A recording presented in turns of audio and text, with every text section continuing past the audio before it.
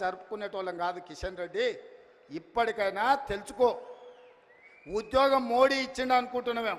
నీకు ఉద్యోగం ఇచ్చింది సికింద్రాబాద్ ప్రజలు. నీ ప్రజలకు కృతజ్ఞతగా ఉండు, నీ ప్రాంతానికి కృతజ్ఞతగా ఉండు. నీ ప్రాంత ఆత్మగౌరవాన్ని కాపాడలేనోడు ఇవాళ కాలేజీ ఉండుంటే ఈ కిషన్ రెడ్డిని కేసీఆర్ను పొలిమేరలు దారి వరకు ధర్మమని చెప్పుండేవాడు. మనవాడే ద్రోహం చేస్తే పాతరేయండి, పక్కవాడు వస్తే పొలిమేరలు దాటించండి అని. ఇవాళ మిమ్మల్ని పాతరేసినా కూడా తప్పు లేదు కాలేజీ స్ఫూర్తిగా. చివరగా జయశంకర్ గారు 10 ఏళ్ళు కేసీఆర్కు సిద్ధాంతకర్తగా జయశంకర్ సార్ పేరు చెప్పుకున్నాడు.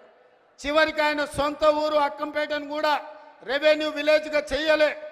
మెయిన్ ఇందిరమ్మ రాజ్యం ప్రజాప్రభుత్వం ఏర్పడ్డాక జీవో ఇచ్చి జయశంకర్ గారి ఊరిని రెవెన్యూ విలేజ్గా మార్చి జయశంకర్ గారి ఆత్మగౌరవాన్ని నిలబెట్టడానికి ప్రయత్నం చేసింది మా ప్రభుత్వం. ఇదా తెలంగాణ కోల్పోయింది? చంద్రశేఖర్ రావు, నేను నిన్ను అడుగుతున్నా, ఆడబిడ్డలకు ఉచిత బస్సు ఇస్తే తెలంగాణ కోల్పోయిందా? ఆర్టీసీ డ్రైవర్లతో ఇందిరా పార్క్ దగ్గర ధర్నా చేపిస్తావా?